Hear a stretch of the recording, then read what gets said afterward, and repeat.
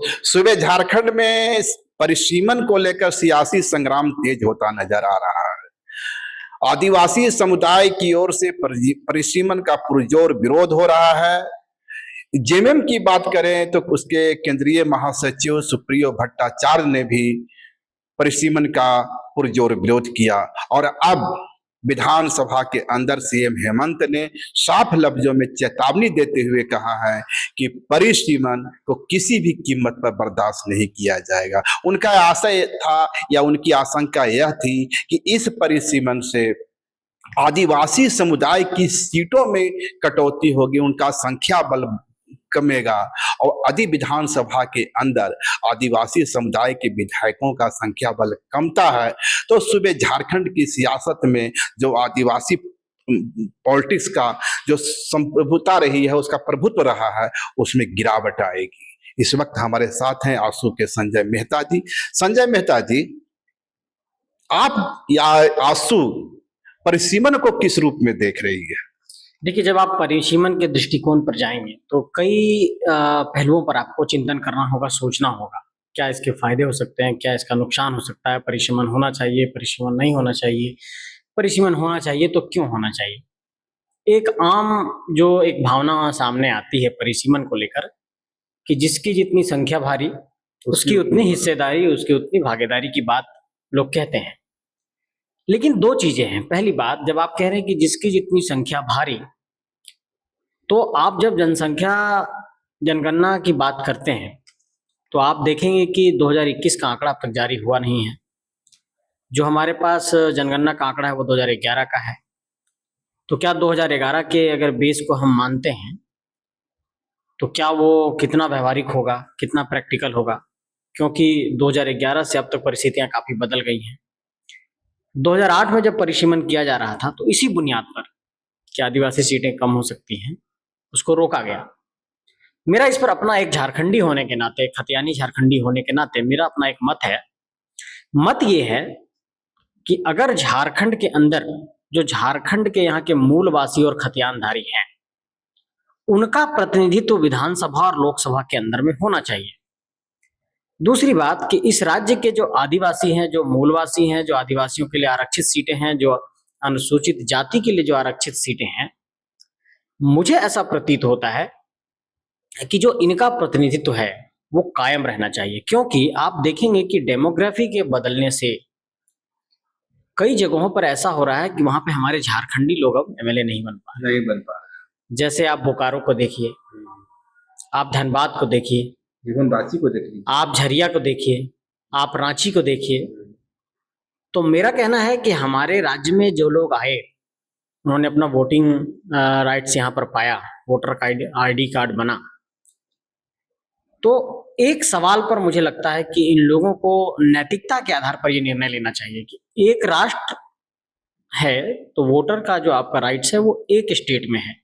कहीं भी आप किसी एक बूथ पर इस देश के अंदर वोटर हो सकते हैं।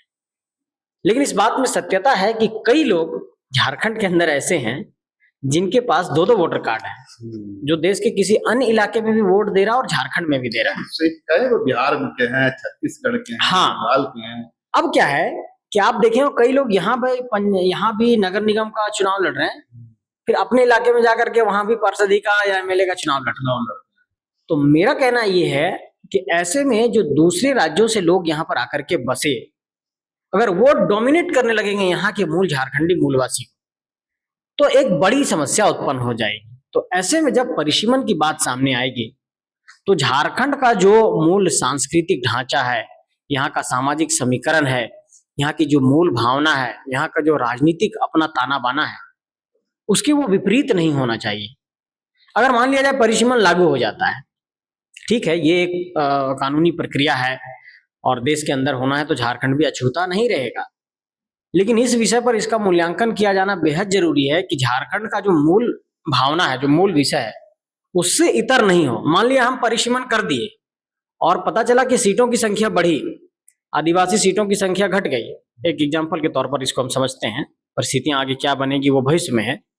तो अगर ऐसी कोई परिस्थिति बनती है जिसमें फिर से दूसरे राज्यों के लोग जो यहाँ पर आकर के बसे हैं वो अपना प्रभुत्व कायम कर देंगे और वो बड़े स्तर पर एमपी एमएलए बनने लगेंगे, तो मुझे लगता है कि जो झारखंड के यहाँ के आदिवासी खतियानी मूलवासी लोग हैं, उनके समक्ष एक बड़ी समस्या और बड़ी चुनौती सामने आ जाएगी। तो अगर परिसीमन करना है झारखंड के दृष्टिकोण से, तो पहले इस पहलू का मूल्यांकन हो, उसके बाद किया जाना चाहिए, ये मैं कहना चाहूंगा। मैं आपको थोड़ा सा याद दिला दूं, मेरी बात हो रही थी देव कुमार धाम जी से, पूर्व मंत्री रहे हैं झारखंड में। उनका कहना है या उनका दावा है कि सीएम हेमंत झारखंड के अंतिम आदिवासी सीएम हैं। वे कुछ रिफरेंसेस देते हैं जनगणना का और बताते हैं कि झारखंड में कभी 47% आबादी आदिवासी समुदाय की हुआ करती थी, वो अब घटते घटते 26% पे आई है। और यदि 2024-25 का जनगणना होता है तो शायद वो 20% पर सिमट जाए। उनका दावा है कि झारखंड में मुस्लिमों की आबादी तो बढ़ी, जैसा भाजपा दावा कर रही है बांग्लादेशी घुसपैठिया का, इस सच्चाई से वो भी इंकार नहीं कर रहे हैं। पर उनका तर्क है कि उस मुस्लिमों की आबादी से 5 गुना या कहीं 10 गुना आबादी उन हिंदुओं की झारखंड में बढ़ गई, जो मध्य प्रदेश, छत्तीसगढ़ से, बंगाल से, बिहार से, यूपी से आकर झारखंड में बसे हैं। वे कह रहे हैं कि यदि परिसीमन हुआ और सिर्फ जनगणना के आधार पर हुआ, जनसंख्या के आधार पर हुआ, तब तो यहाँ के जो खतियानी आदिवासी हैं या मूलवासी हैं, उनके हिस्से कुछ रह ही नहीं जाएगा, उनके हाथ से पूरी राजनीति की डोर निकल जाएगी। सवाल एग्जिस्टेंस का है, यही मैं कह रहा था कि देखिए डेमोग्राफी बदली है, इसमें कोई दो राय नहीं है, डेमोग्राफी जरूर बदली है और तमाम इलाकों में ऐसे लोगों की संख्या बड़े स्तर पर बढ़ी है।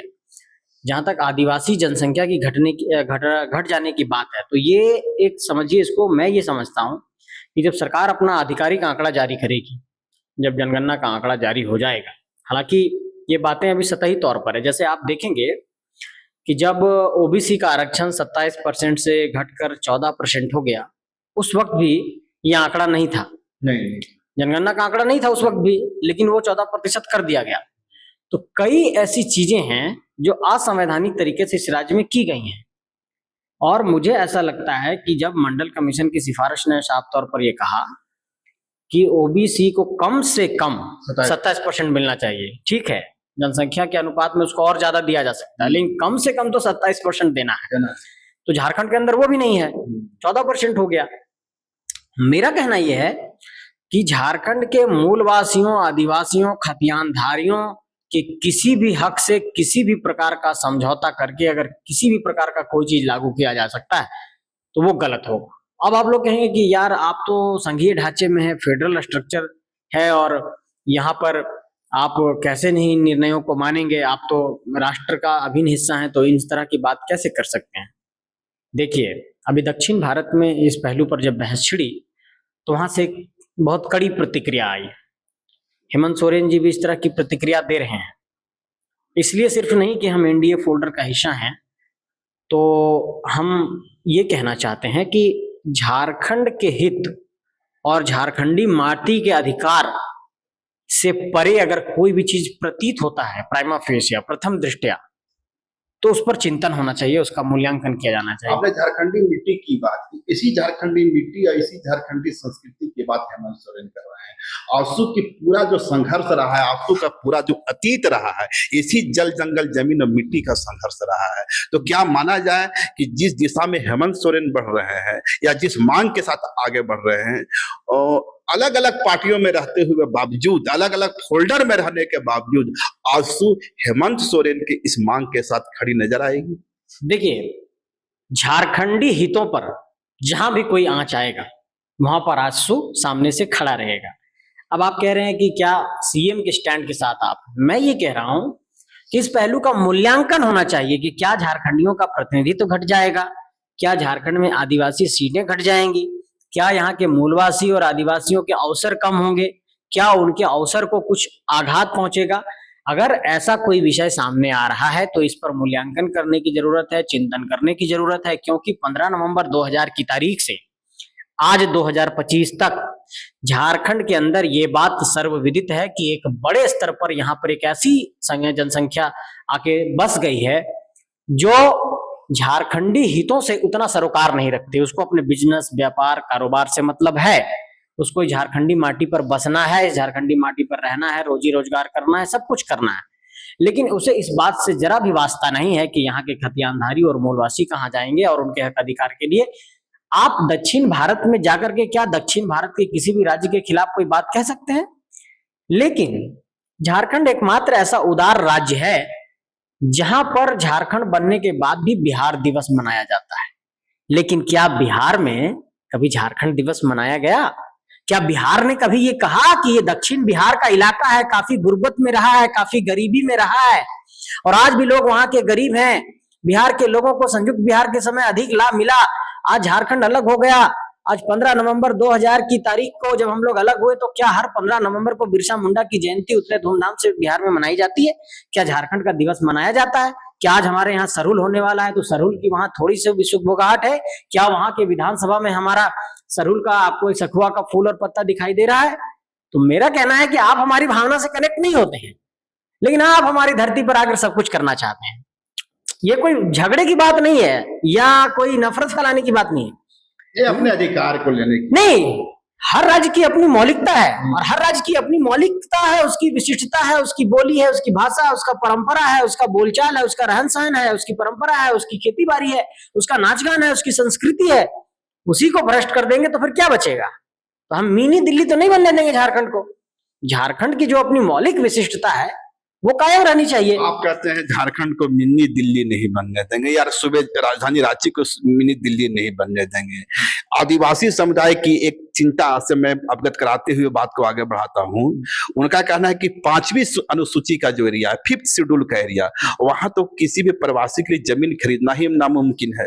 उसी तरह से एसपीटी एक्ट है संथाल परगना में लागू, दोनों जगह डेमोग्राफिक चेंज हुआ और यहाँ इस डेमोग्राफिक चेंज में झारखंड के जो नजदीकी स्टेट हैं वहां से हिंदुओं का पलायन है। अब उनकी मेरी बात को तो क्या आप दोनों को समान नजरिए से देखते हैं या डेमोग्राफिक चेंज को सिर्फ डेमोग्राफिक चेंज के नजरिए से देखते हैं? नहीं, जो 5वीं अनुसूची का क्षेत्र है आप देखेंगे कि वहां पे पत्थलगड़ी हुआ है। 5वीं अनुसूची का क्षेत्र मतलब कि स्थानीय स्वशासन प्रणाली, मतलब ग्राम सभा को अधिक ताकत। अब मेरा कहना यह है कि इस राज्य में सीएनटी और एसपीटी का कानून होते हुए, 5th शेड्यूल का एरिया होते हुए, उसके बावजूद भी अगर हमारे जमीनों पर दूसरे लोग आकर के बस जा रहे हैं, वो अपना रोजी रोजगार कारोबार कर रहे हैं और चूंकि हमारे लोग जो यहाँ के आदिवासी मूलवासी हैं वो गरीब हैं, उनके पास बहुत कानूनी समझ नहीं है, उनके पास बहुत आर्थिक संबल नहीं है, तो किसी भी तरीके से प्रभावित करके उनको आप कह सकते हैं कि अपने प्रभाव में ले लिया जाता है। तो इस कारण से एक बड़ी समस्या राज्य के अंदर हुई। मैं ये मानता हूं कि किसी भी राज्य के अंदर, मैं चूंकि मुंबई में रहा हूं तो अपना महाराष्ट्र का एक अनुभव साझा करता हूं। चूंकि मैं मराठी नहीं बोल पाता हूं, लेकिन जब मैं मुंबई में था तो मैं देखता था वहां पे महाराष्ट्र नवनिर्माण सेना के कार्यकर्ताओं को, शिवसेना के कार्यकर्ताओं को, कि कोई भी व्यक्ति जो दूसरे राज्यों से जाकर के वहां रोजी रोजगार कारोबार कर रहा था तो उसको कहीं ना कहीं इस बात का हमेशा आभास कराया जाता था कि तुम मराठी नहीं हो और हमारा जितना इस मिट्टी पर हक है तुम्हारा नहीं हो सकता। लेकिन झारखंड में उलट हो गया, लोग बाहर से आए, बसे, जमीन खरीदा, हमने जमीन दिया, घर बनाए और वो हम पर हावी हो गए। तो क्या आप इस बात से सहमत हैं कि जो बाहरी आबादी बसी है झारखंड, वो डोमिनेट कर रही है, झारखंड डोमिनेट कर रही है जी, और परिसीमन से पहले जी या जनगणना के पहले उनका वोटिंग राइट को खत्म किया जाए? नहीं, वोटिंग राइट एक लोकतांत्रिक प्रक्रिया है। जो व्यक्ति वोट दे रहा है, मैं ये कहना चाहता हूं कि वो अपना सिर्फ एक वोटर आईडी रखे। आप अगर झारखंड के किसी एक बूथ पर वोटर बने हैं तो आपका ये अधिकार नहीं है कि देश के किसी दूसरे हिस्से में भी आप वोटर रहिए। ये गलत है, ये वैधानिक नहीं है, ये असंवैधानिक है। मुझे लगता है कि नैतिकता के आधार पर ऐसे लोगों को अपना एक वोटर आईडी को सरेंडर करना चाहिए इलेक्शन कमीशन ऑफ इंडिया को, और इलेक्शन कमीशन ऑफ इंडिया को एक ऐसी प्रणाली विकसित करनी चाहिए, और उन्होंने किया भी है, कि एक व्यक्ति 2 जगहों पर वोटर ना बने। अब आप कहेंगे कि अगर वोटर कार्ड बन गया, उनका वोटिंग राइट्स हो गया, तो क्या यहाँ पर परिसीमन में इन लोगों को जब जनसंख्या के आधार पर किया जाएगा तो क्या इनकी आबादी को इंक्लूड किया जाए कि नहीं? अब सवाल ये आएगा कि यहाँ के मूल झारखंडी स्थानीय कौन है, खतियानधारी कौन है, जो व्यक्ति मान लिया जाए लालपुर चौक के वर्धमान कंपाउंड में एक 2 BHK के फ्लैट में रेंट पर रह रहा है और उसने वोटर आईडी बना ली, वो वोटिंग अपना राइट्स पा लिया लालपुर के इलाके में, रांची के इलाके में, तो वो यहाँ का खतियानी झारखंडी नहीं हुआ। तो अगर उसको इंक्लूड करके हम परिसीमन का आधार बना लेंगे तब तो झारखंड बर्बाद हो जाएगा, तब झारखंड कहाँ जाएगा? ये आधार नहीं हो सकता है। जनसंख्या जनगणना एक अलग पहलू है, परिसीमन एक अलग पहलू है, क्योंकि परिसीमन नेतृत्व का अवसर देगा, क्योंकि परिसीमन जब उसे सीटें बढ़ेंगी घटेंगी तो उसे विधानसभा के सदस्य बनने का रास्ता खुलेगा, लोकसभा का सदस्य बनने का रास्ता खुलेगा। तो विधानसभा के जो सदस्य बने, लोकसभा के जो सदस्य बने, वो मूल झारखंडी आदिवासी लोग बने, क्योंकि कोई बिहार और बंगाल और मध्य प्रदेश और छत्तीसगढ़ से आया हुआ व्यक्ति इस बात का दर्द क्या समझेगा कि सारंडा के जंगलों में किस तरीके से हो आदिवासी रह रहे हैं, वहां का बच्चा किस तरीके से कुपोषित हुआ है, जादूगोड़ा में क्या समस्या हुई है, बड़का गांव में विस्थापन की क्या समस्या है, कोडरमा के बांझेडी में क्या समस्या है, गोड्डा के अडानी के प्लांट से क्या समस्या हुई है, चतरा के टंडवा में क्या समस्या हुई है विस्थापन से, CCL और BCCL के उजड़ने से किन गांवों को क्या नुकसान हुआ है। ये दर्द 10 दिन और 5 साल पहले आया हुआ कोई व्यक्ति झारखंड का नहीं समझ सकता है। ये झारखंड का मूलवासी खतियानधारी ही समझ सकता है, जो यहाँ पर अपना बचपन बिताया हो, जिसने इस पीड़ा को झेला हो, जिसने झारखंड आंदोलन को देखा है, जिसके परिवार वालों ने झारखंड आंदोलन को देखा है। तो ये मैं कहना चाहता हूँ, मूल भावना समाहित होनी चाहिए। यदि वर्ष 2008 की बात करें, तब जब परिसीमन का खतरा मंडराया था, उस समय प्रभाकर तिर्की, जो आसू से शिबू सोरेन, देव कुमार धान और प्रेम शाही मुंडा जैसे कई चेहरों ने दिल्ली में डेरा जमाया था और आखिरकार सफलता हाथ लग गई थी। तो क्या इस बार भी परिसीमन की जो यह लड़ाई आगे बढ़, क्या कि अंतिम फैसला दिल्ली में होना है, यह केंद्र का मसला है, तो क्या आंसू जब यह मामला उछलेगा, जब मामला दिल्ली दरबार में पहुंचेगा, केंद्र के पास पहुंचेगा, तो झारखंड की इस आवाज को बुलंद करेगा? मुझे लगता है कि जब झारखंडी भावनाओं और झारखंडी मुद्दों और झारखंडी मसलों और झारखंडी हक की बात आएगी, तो हर एक झारखंडी को दलगत भावना से ऊपर उठकर झारखंड के लिए खड़ा होना चाहिए। और मैंने ये कहा है, मेरी ये राय है कि अगर झारखंड में परिसीमन जैसे किसी पहलू पर कोई निर्णय लिया जाता है तो उस पर इस पहलू पर मूल्यांकन करने की जरूरत है कि क्या झारखंडियों का, आदिवासियों का, मूलवासियों का प्रतिनिधित्व घट रहा है। अगर ऐसी कोई स्थिति बन रही है तो इस पर मूल्यांकन करने की जरूरत है, चिंतन करने की जरूरत है और झारखंडी भावनाओं के अनुरूप परिसीमन को लागू करने की जरूरत है। तो ये थे हमारे साथ संजय मेहता जी, जो जिनका साफ मानना है कि जब बात झारखंड की आएगी, जब बात झारखंडियत की आएगी, तो दलगत सीमाओं को किनारा करते हुए आंसू जो है झारखंड की जनता, झारखंड की आवाम के साथ खड़ी नजर आएगी। अगर खबर पसंद आए तो आप QR स्कैन कर दें हमारा साथ। आपका एक छोटा आर्थिक सहयोग है हमारा बड़ा हौसला। द भारत मित्र, बुलंद भारत की बुलंद तस्वीर।